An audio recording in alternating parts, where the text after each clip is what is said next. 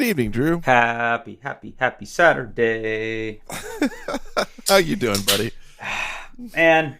Grip it and rip it. Yeah, cracking a cold one with the boys. Got my stevia here. Yeah, after drinking at dinner, I got to get a little perk me up. I gotta give all of our 60 or so listeners the best possible experience that I can. Oh man, what a week, man! What a week. Before we get onto my stuff, how was your week? It was good. It was fine. I mean, I didn't go to Vegas, so yeah. Well, that was my first in-person conference in probably over 2 years. I did a couple speaking engagements in person shortly after I changed jobs, and then, gestures at everything right. happen. Yeah, so I'll give you a quick little rundown here. So I mentioned last show that I was going to be out in Vegas for Dev Intersections, which was honestly a pretty cool conference. There was pretty good attendance. I'd say there was a few thousand people there. And I didn't realize this, but it's actually 3 conferences in one. There's the dev part of it, and there's the sessions you would sort of expect there, talking about the different .NET stuff and deploying infrastructure in Azure and why Microsoft does the stuff that it does. And then there was the data part of it, which honestly had a really heavy SQL skew, which is fine. There's a lot of DBAs and stuff there. And there was also a Microsoft Office 365 type thing going on at the same time, where they talked about Power Apps and that kind of stuff. So there was a really big mix of a lot of stuff going on. I did 2 sessions on Wednesday, and they both went really well. The Data Factory one was definitely more attended than the Databricks one, and got a lot of good feedback. And it was a good time, man. It was good to be back and out and doing something.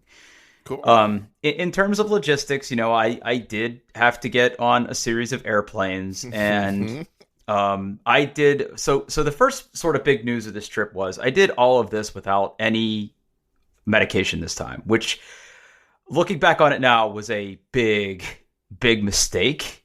I was going to ask you, because you're a very anxious flyer. Very, very anxious flyer. Okay. Okay. I don't even, how do I even, okay. I gotta think about how I want to say this. So I was a couple years ago when I decided that, man, I really don't like flying anymore. And I got tired of almost breaking down in tears on aircraft, which, spoiler alert, I did that this time. No. Yeah. No. I'll tell you all about it. Okay. So I went to the doctor. I sort of described what was happening, and this very nice lady doctor basically gave me 30 Xanax pills with a couple of refills. And she's like, because at the time I wasn't traveling that much, but I was traveling a fair bit. And she's like, listen, just use these when you need them. She kind of gave me the talk about don't drink with these, take 2, no more than that, and let me know how it goes. And for a while I had those. It didn't have any refills on it. Because I guess technically it's a controlled substance, and there's rules around refills for that stuff. So I had those 30 tablets, and because I wasn't traveling a lot, I took some and on a couple trips, and then eventually I ran out, right? And they got old, and I'm not a pharmacist, but I know a lot of them. I guess pills do start to lose their efficacy after a certain amount of time. And I ran out, and then the lady doctor that I had, she moved or something. She just wasn't at that office anymore. So I had to go get another doctor, and I needed Xanax. And this was a year ago. And this was right before the pandemic. I called and I said, look, my name's Drew. I'm new to the practice, and I'm calling because I need to get a refill for my Xanax. And they had my medical record and everything, and they made me come in for an exam. Okay, fair enough. I get it. Makes sense. Yeah. They were, they dose you based on your age and your weight and any other factors. So I get it. So I went through all of that. And when I was done, she literally wrote me a prescription for 4 pills. Okay. And I get it. I get it. It's something like you don't want a bunch of these pills laying around. I totally get that. And I would have to keep going back to the doctor to get Xanax every time I would have to fly, which became kind of a pain in the butt. And then we shut down for COVID. I wasn't flying anywhere. And I had this trip coming up. I knew about it for about 3 months in advance, and I never was able to get a doctor's appointment because, again, gestures at everything, to go in and get any. And it was one of those things where I tried calling. They were like, no, you have to come in. Like they couldn't even do like a teleconference thing. Like I was going to have to like come in and get weighed and everything. And we just couldn't make it work. And I was just like, you know what? I'm a big boy. I know I can do this. I don't need my medicine. And like all of last week came and went, and I was getting ready for my talks and my presentation, and I really didn't think anything about it. And look, part of the reason, right, if I really want to unpack why I don't like flying as much, is once upon a time, I used to have to travel a lot for work. And ironically, it was to Vegas, like a lot. And this was like back in the days, and you're a Columbus native, there used to be an airline that had direct flights from Columbus to points southwest, and that was America West. And they were kind of like a budget airline, I think you could call them, but they had direct flights to Vegas. They sure did. Yep. Yep. And I used to fly that airline a lot, and I used to have to go to Vegas like at least every couple months. It was due to the nature of the work that I did out there, and I'll sort of talk about why that has a corollary to the story here in a minute. But I used to be on airplanes all the time. I would fly to Vegas, I would fly to Tampa, I would fly to northern New Jersey, and I would just go all these places. And again, flying never really bothered me, but there was one particular flight that sort of made me think about things differently. And it was this time I had to fly from Columbus to northern New Jersey. And it was a really, really stormy, dreary, foggy morning. We were on like an airplane that didn't even have a United logo on it. Like it was like, there were a lot of things that were very weird about that flight. And I just remember they just found it like sitting around outside. Like, is anyone's airplane? Yes. No? Yeah. Whose airplane is this? Yeah.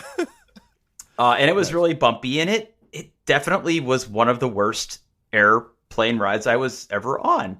Like it's the kind where even the stewardesses the flight attendants don't get out of their seats, right? Like it's just one of those. Yeah. And like those, hats off to people who work on airplanes. Like even before the unruliness that we see in all of the news stories about airplanes, like you're willingly working in a place where humans don't belong in the sky. And I really firmly believe that. And hats off to these people and all the crap they have to deal with. So anyway, and again, the nature of my work, and I think I've probably told this story before, so I'm probably repeating myself, but the nature of the work that I did is the company I worked for was a pharmacy benefit manager. And specifically, I worked really, really closely with at the time it was called our professional practice department. And one of the things that this group had like purview over was when we made mistakes in sending people the wrong medicine. We had a lot of automated dispensing. And if you would get your pills in the mail, let's say you went to the doctor and you had your prescription filled, they sent in your prescription to us, like we'd have like crazy turnaround time. Like we could have your pills like in 2 days through the mail. And you would get your pills and you would open them up and there'd be 30 green pills in there, just for sake of argument.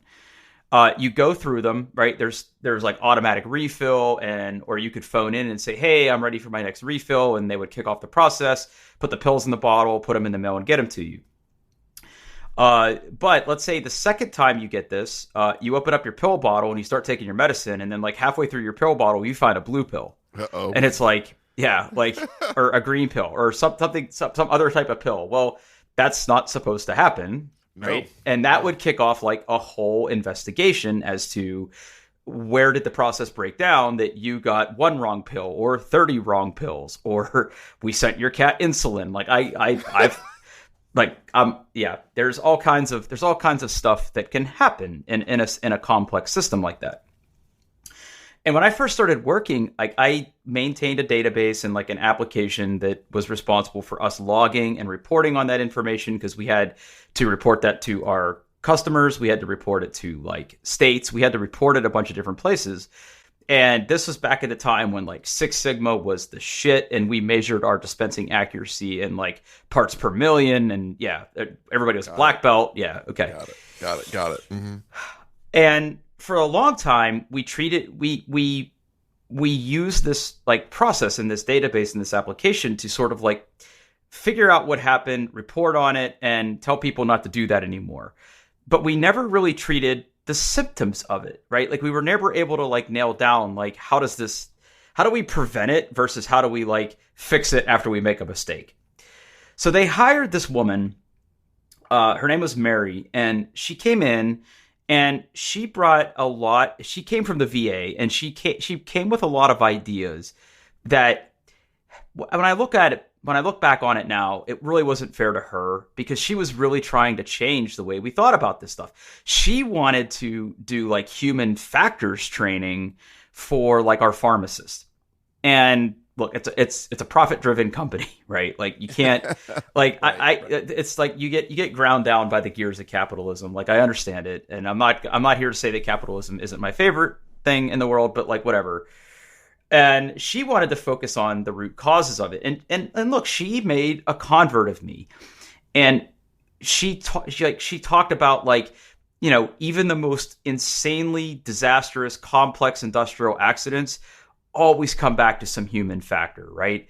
Planes fall out of the sky because somebody doesn't screw in a bolt tight enough because they were having a bad day, right? Or Chernobyl happens because you don't have good documentation, or space shuttles blow up because people don't follow the rules, right? Like she taught me to like look at that stuff that way. And again, you can't talk about this human factors thing without looking at things like plane crashes and reading about plane crashes and watching videos about plane crashes. And that starts to take a toll on how you feel about air travel.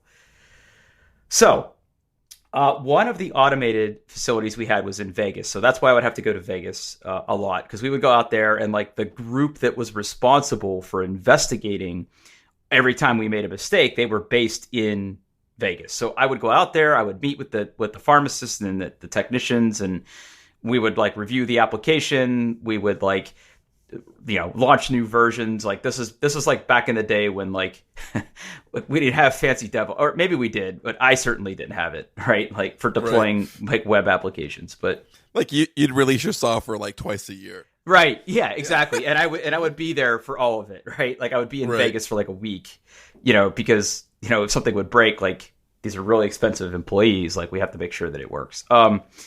So anyway, long story short, I didn't have my medication for this flight, and my flight was on Monday.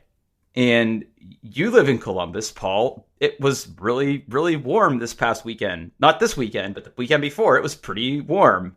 Mm-hmm. But unseasonably warm for a December, to where we had thunderstorms the night before. And then a cold front came through. And I'm not a meteorologist, but I understand that when fronts come through, that makes things really windy. And if it's one thing airplanes don't like, it's wind.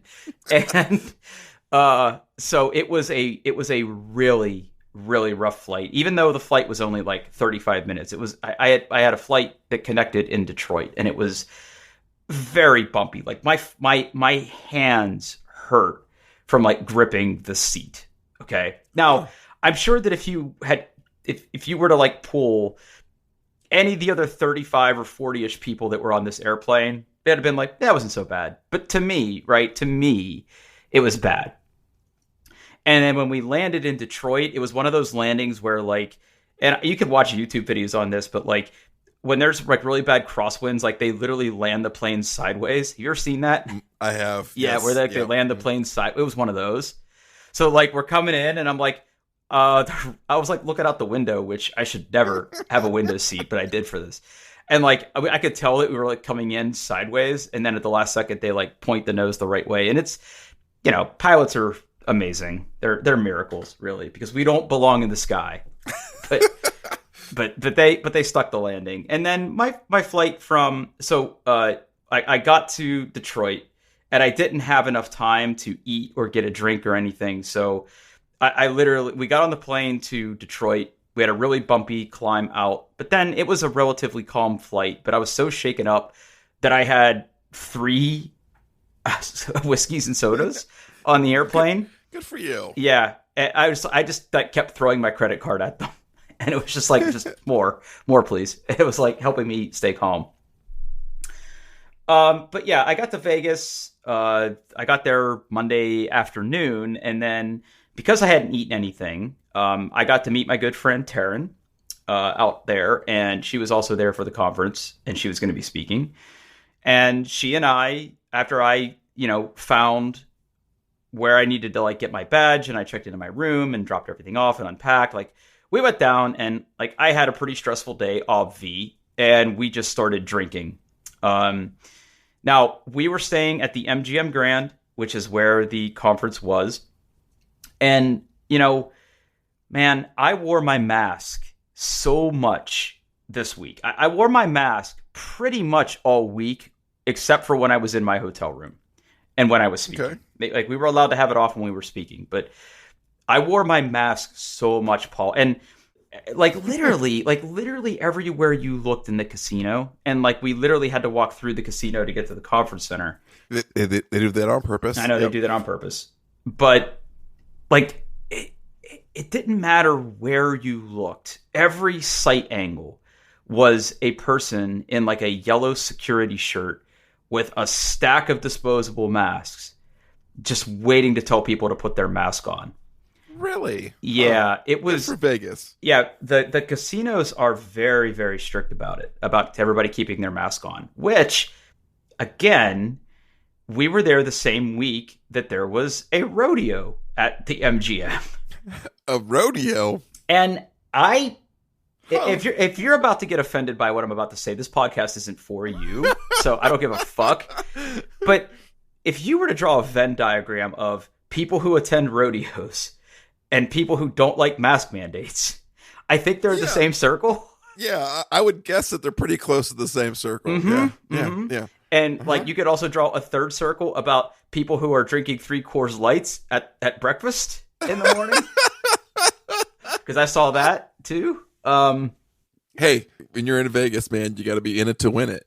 I guess. But speaking about being in it to win it, so that Tuesday night, I got fucking hammered. Like, me and Taryn drank 2 or 3 drinks, and then like people started slowly like filtering in, and like people would like be walking by, or we would like say, hey, we're down here, we're having some drinks before dinner, do you want to come down? And like it just turned into more people and more drinks, and eventually I had some kind of steak, and then I went to bed. Like I was, and thank God for Taryn, because she made sure that like I had water.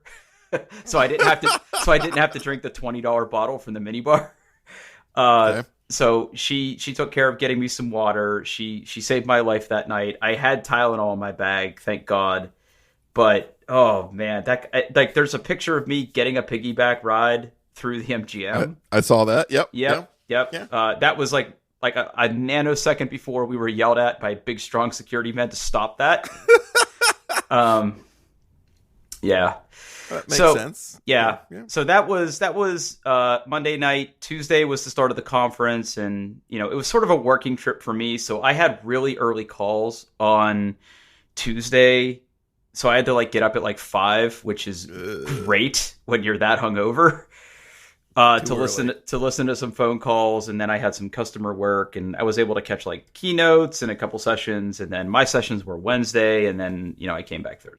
But it was a good conference, man. Like it was interesting to sort of be out there again. I kind of had mixed feelings about going, but I was really fortunate that I was sort of permitted to go, because it's one of those things where there's still some apprehension, I think, on the part of customers and on the part of employees and the company to go anywhere. But it was good. And then the other big sort of thing that happened to me was I left Vegas Thursday morning. And again, I was connecting through Detroit because I was flying Delta.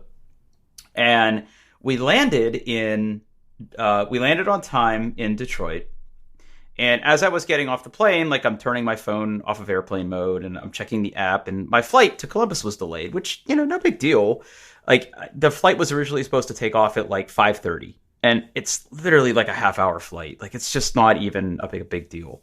So like I was like, fine, I'll go eat something now instead of eating something on the way home, like, to my house.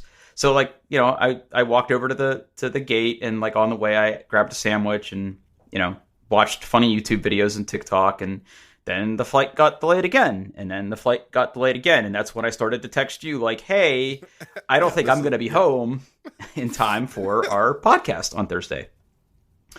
So the flight eventually boarded at like 9:50. Oh. And originally, this wasn't the last flight to Columbus that Delta was offering. There was actually another flight at 9:55. And a little part of me wondered if I should have just walked over to that gate and asked to be on standby. But I was like, fuck it. I'll get home when I get home. So we eventually get on the plane because it was late. And we get in our seats, and they push us back from the gate, and the pilots are starting up the engines. And we're kind of sitting like by the gate, but not at the gate with the engines running. And we're sitting there, and we're sitting there. And we're sitting there, and I thought, maybe there's like some kind of ground stop, or they're not taxiing yet for some reason.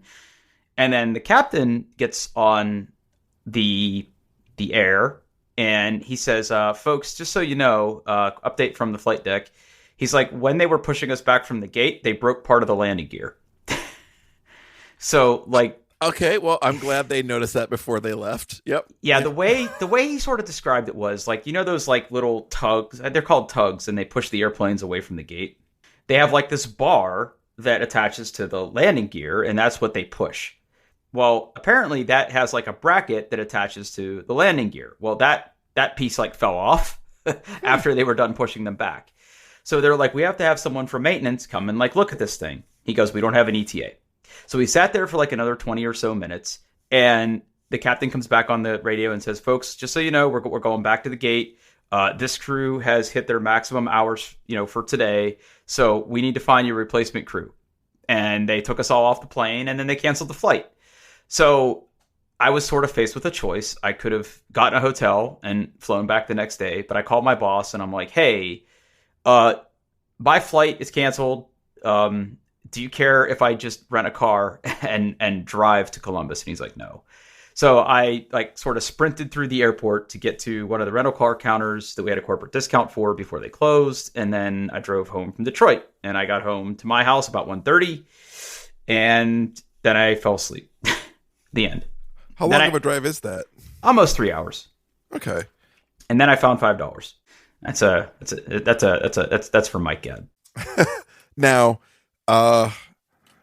do you partake in any of the Vegas-y parts of Las Vegas? Like what? Gambling. No. So, like I said, I used to have to go to Vegas a lot. And like I remember it was like the first ever business trip like I had ever taken in my entire life. I was like 22 years old. At the time I was working for this guy named Roger, and he's like, hey, we got to go, because it was like we were just sort of going to start to launch this new program.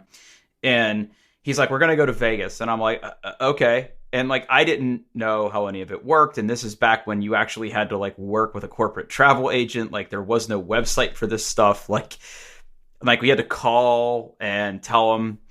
And he kind of told me what to do. And he goes, by the way, I'm staying at the Bellagio, and that's where you're going to stay too. And at the time, that was like the Vegas casino, right? And it's still nice, but there are still like now incredibly different things there. And we went out and we had a good time, and like I brought money, and like I was making like shit money at the time, even by like 2003 standards. And like I had no money, but I took a couple $100 and I gambled and I lost it all. And my boss, actually, this Roger guy, before he sort of found computers and worked at the company that we both worked at, he was actually a casino manager. And he used to stand behind me and just laugh as I would lose all my money. And he's like, just don't gamble. He goes, they're always going to win, Drew. Like you are never going to win. And he's right. I've never left Vegas with more money than I started with, ever. So I don't do it. And like, because I was going to Vegas so much, like eventually I got so burnt out on casinos and the cigarette smoke and always having to walk incredible distances, like from where I parked my rental car to like my hotel room, that towards like the end of my time at that company, like I was staying at a Marriott, like in Henderson. Like I wasn't even going anywhere near the Strip unless we would go there for dinner.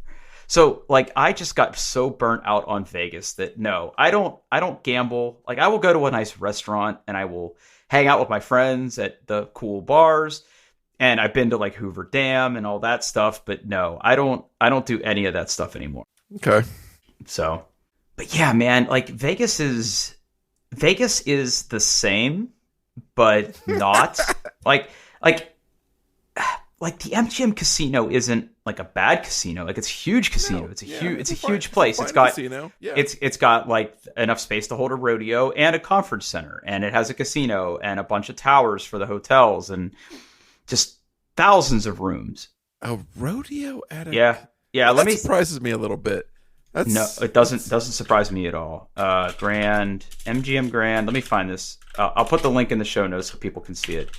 It was a whole thing, man, and holy cow, it was so surreal,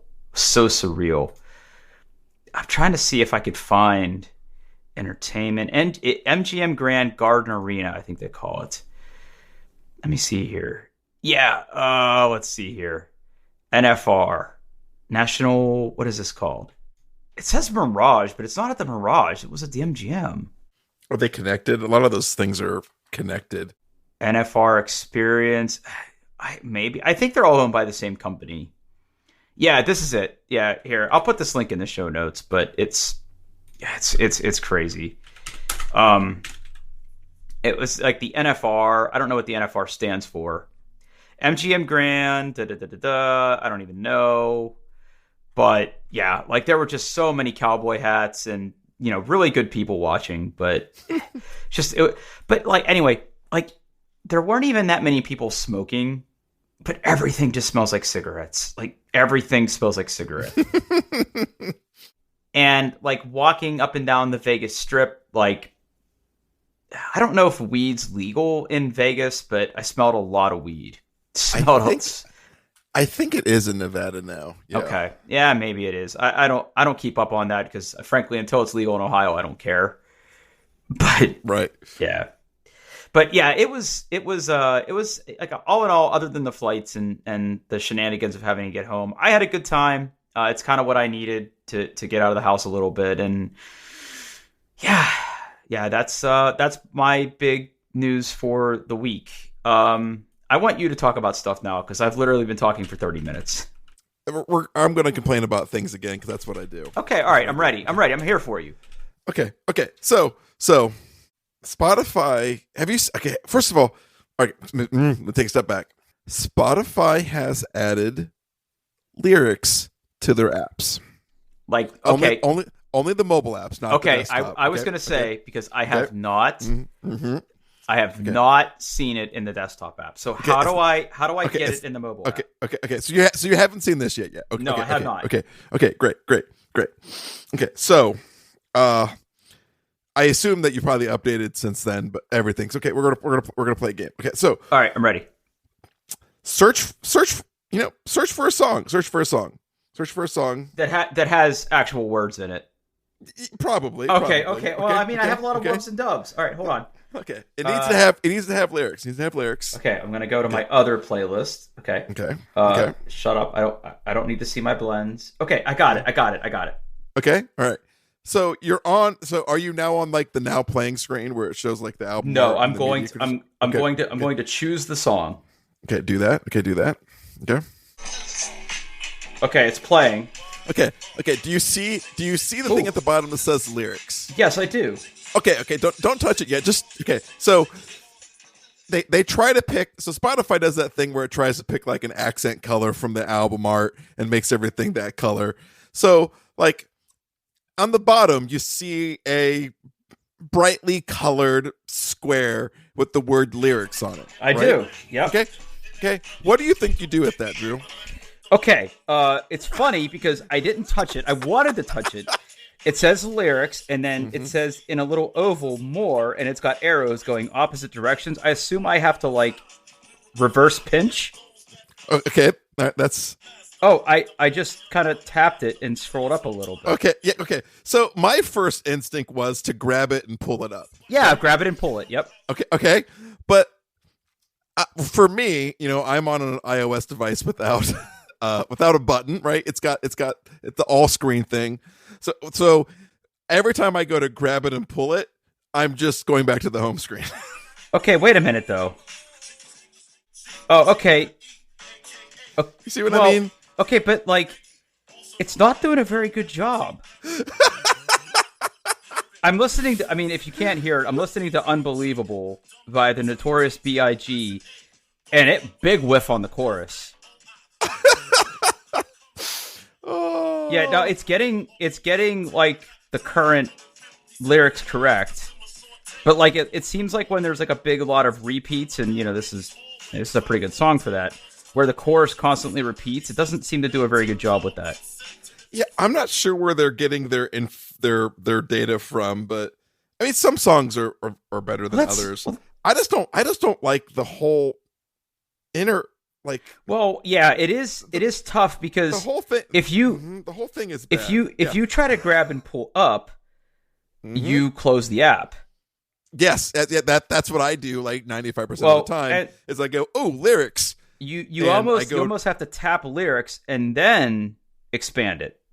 Okay, then just spoiler alert, the whole thing is scrollable, so you can put your thumb in the middle of the album art and scroll up. Yeah, it looks like if you but then you have to touch the lyrics box to actually get the lyrics. I don't know. No, it's not good. It looks like it's not good. It looks like the more button is the magic shortcut to sort of get it. Yeah, no, yes. But why? What do the arrows mean? The arrows don't make sense. Like the arrows to me indicate that you should be using some kind of gesture, and it's not. Like all you have to do is touch it. Mm-hmm. Yes. Yeah, bad design, bad Spotify, bad Spotify. That's it. It made me mad. I wanted to complain about it. It's not good. Okay, it's not good. Okay, so let's sort of talk about the logistics of what it takes to have these lyrics, though. So when you're listening to your angry music, how accurate are the lyrics? So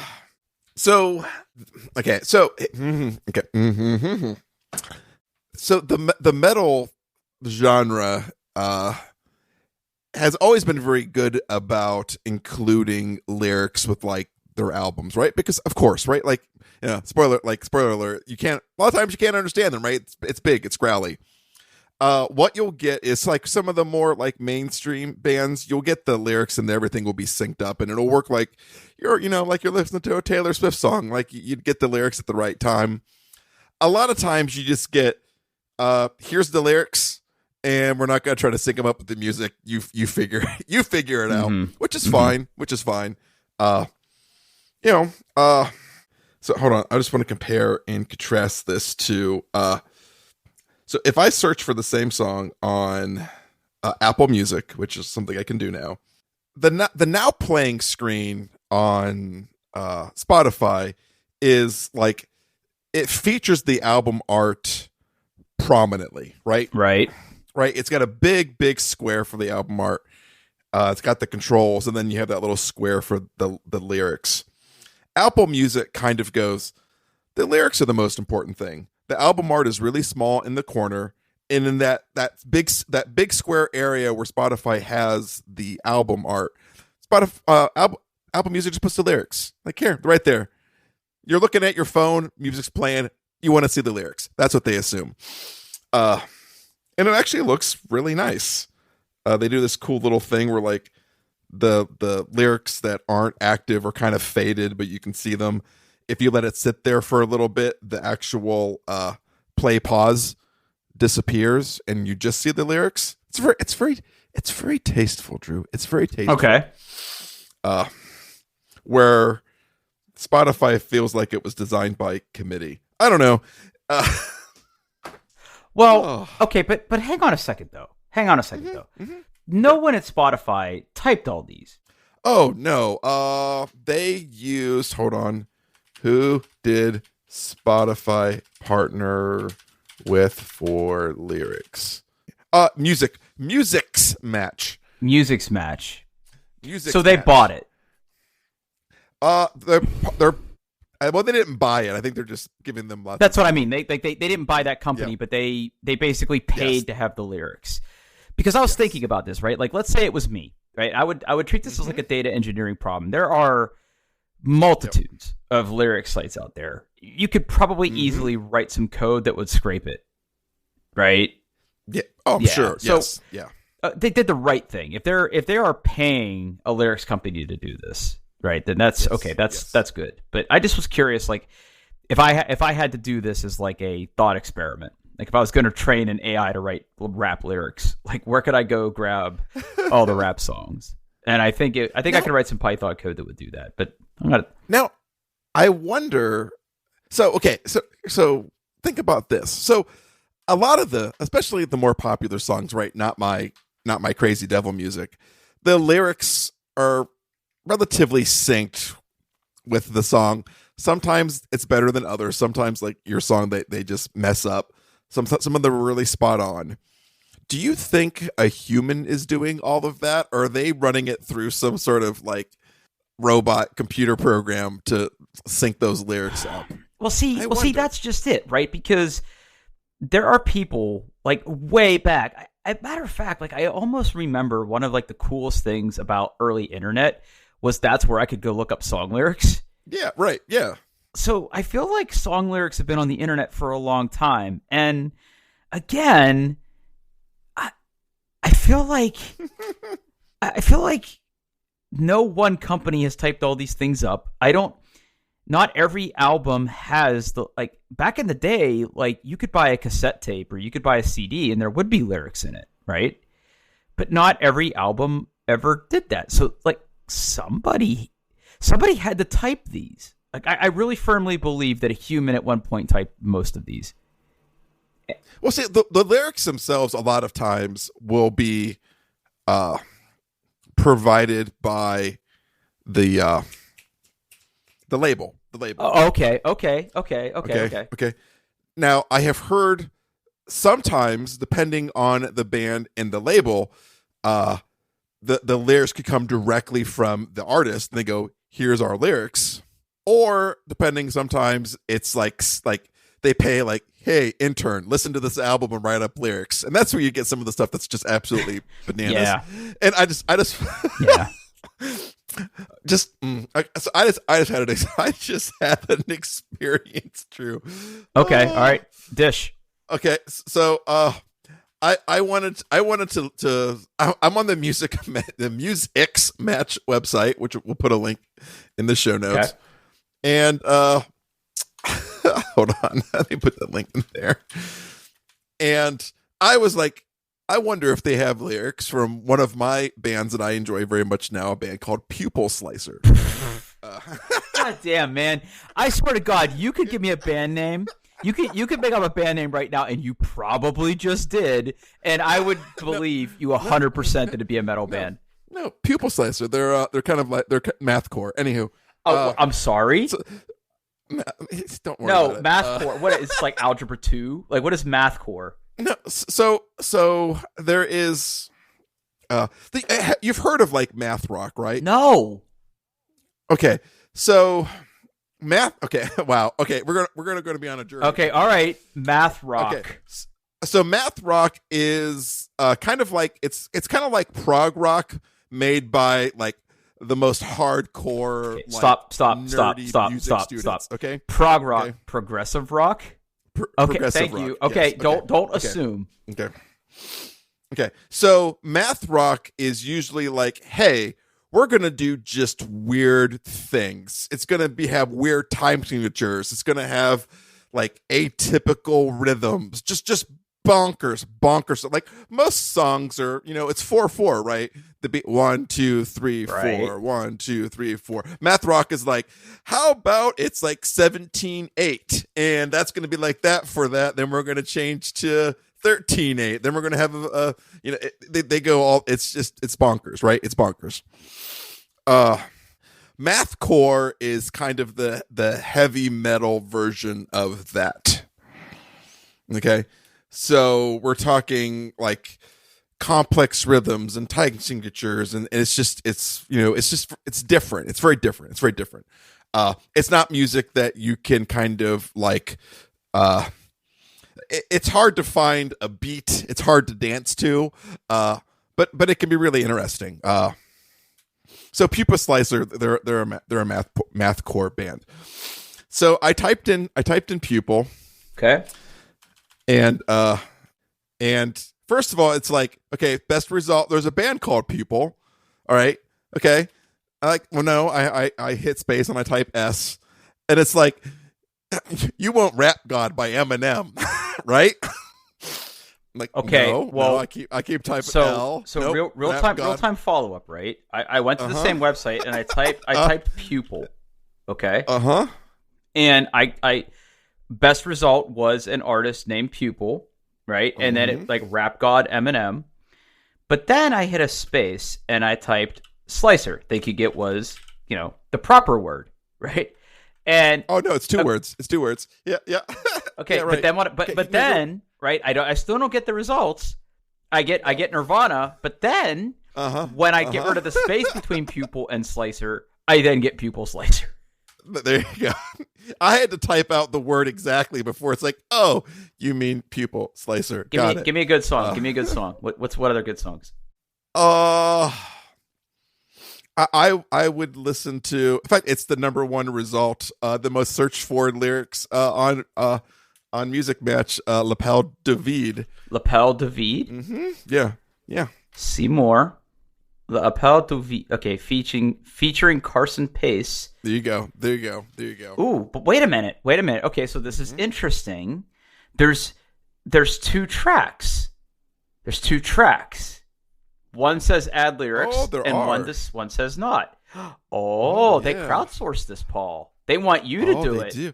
Oh, it's on 2. Oh, because it's on 2 different albums. Oh, okay. Oh. No, you. But do the one that says add lyrics has. The one that says add lyrics also has lyrics on it. I just want to point that out. Oh. It has lyrics. All right, I gotta hear this music. You keep talking. I'm gonna see if I can tolerate mathcore. Hold on. You're gonna listen to this. Pupil. Slicer. It's intense. I'm gonna give you a warning. It's intense. It's intense. Okay, Lapel de Vide. Okay, I'm gonna just listen to this in my headphones. You keep talking. It's good. It's very good. I enjoy it very much. Okay, someone's yelling. Yeah, welcome to the whole song. That's been going on for 12 seconds. Oh, There's some heavy drums. I'm gonna skip to the middle of the song because nothing's happening. Okay, I can hear the progression changes. I'll put a link. I'll put a Spotify link in there for all you nerds who. Then I skipped to the end, which was a mistake because now it sounds like someone is playing a cello wrong. It could be. That could be exactly what's happening. Hey, you're allowed to like what you like. I'm going to close Spotify forever. Okay. Oh, sorry. It was just really funny how I kept trying to type Pupil Slicer, and it was like, you mean Eminem, right? No one in their right minds listens to this. No, seriously, you mean Eminem? Oh shit. Okay. All right. I learned a lot tonight. Mathcore. Yeah. I put a link to Math Rock. Is that the same as Mathcore? So Mathcore is the heavy metal version of Math Rock. Okay, I'm gonna put a Mathcore.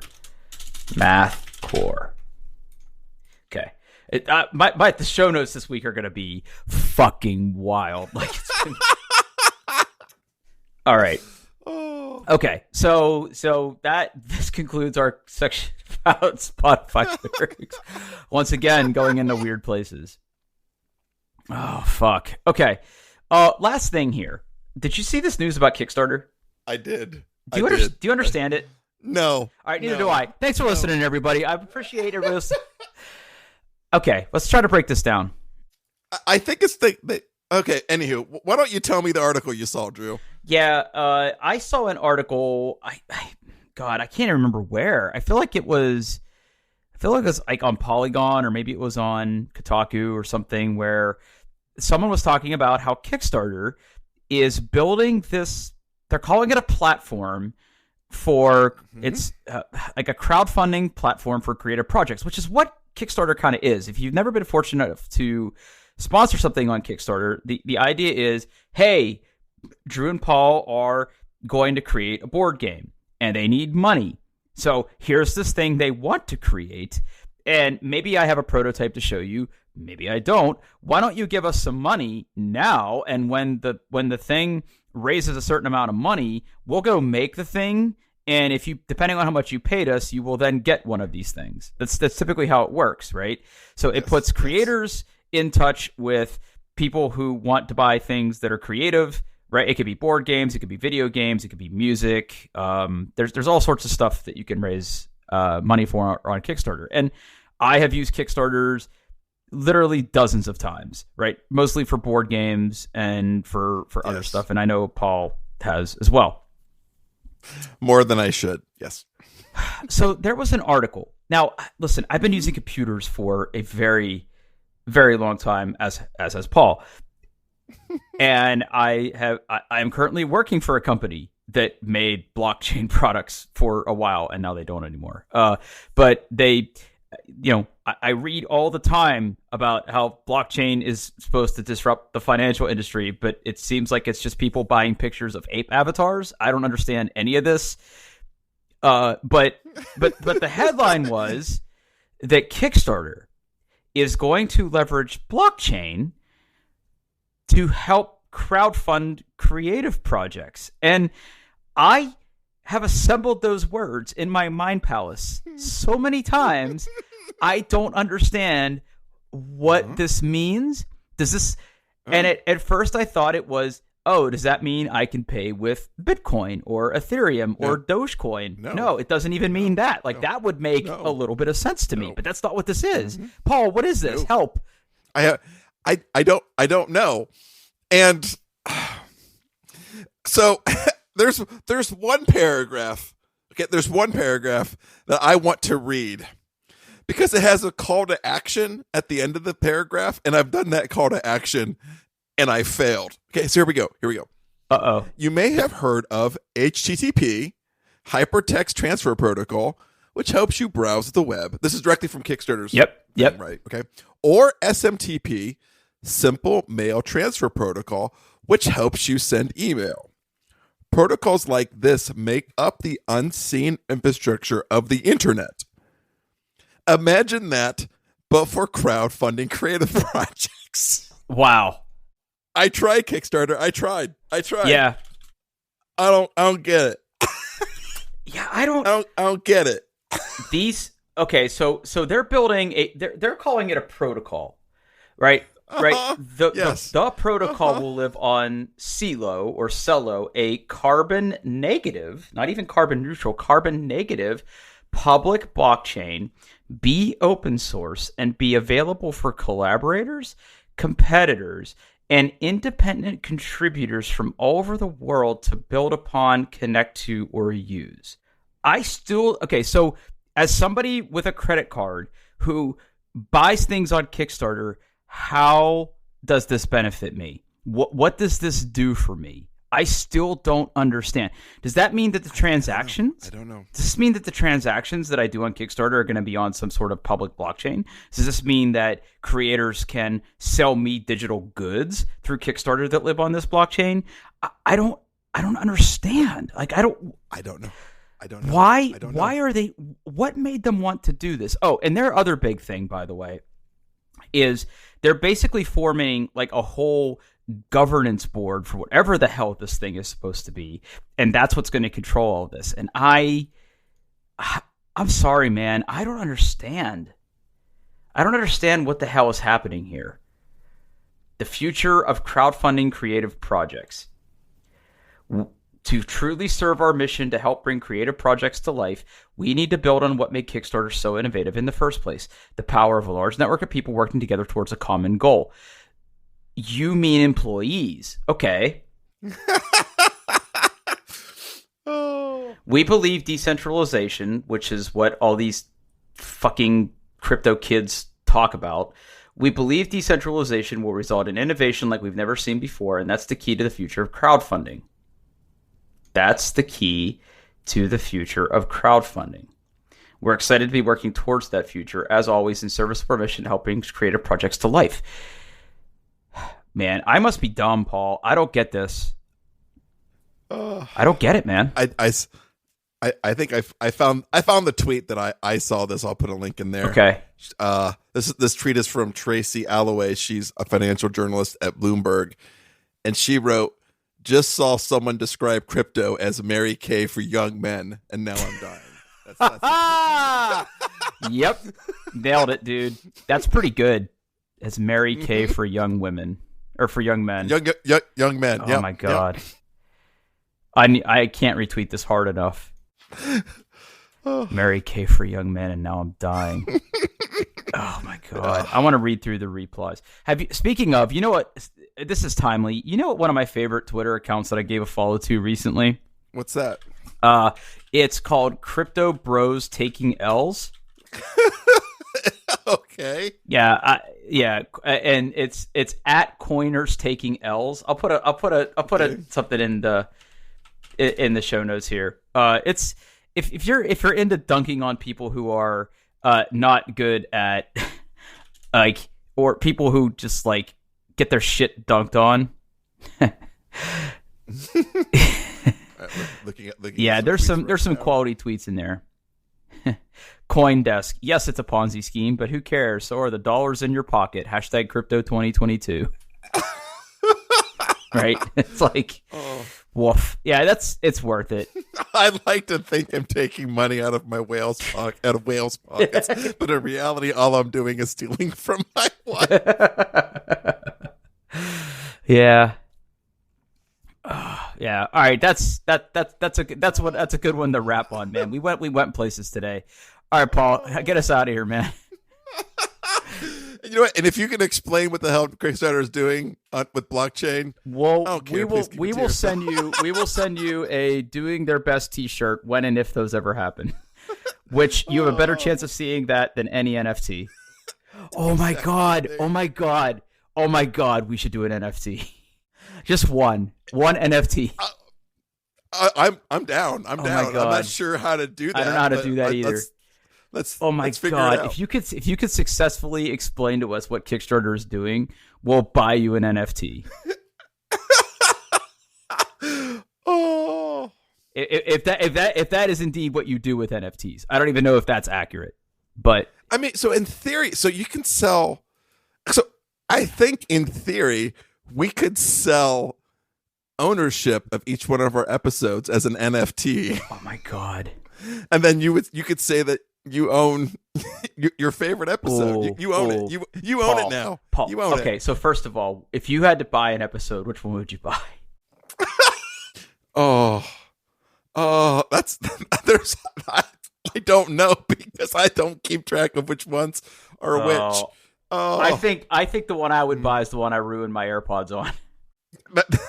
That was one of our best ones. That was really good. Yep. I think that one's probably worth like at least $8. Yeah. Oh, all right. That's going in the to-do list. How to sell our podcast as an NFT. We will never have a sponsor, but we will absolutely sell these as NFTs. Oh, it's better than a bonus episode. It's like, hey, this one's yours. This one's yours. It's for you now. Yours. You own this now. Oh my god. Get us out of here fast. Anywho, yeah, we're on the internet, doingbtheirbest.com. I'm on we're at Twitter at doingbestpod. I'm on the Twitters at Paul Baylor. How can we find you, Drew? I'm on Twitter at Pittfurg, Pittfurg. All right, everybody. Thanks for listening. See you.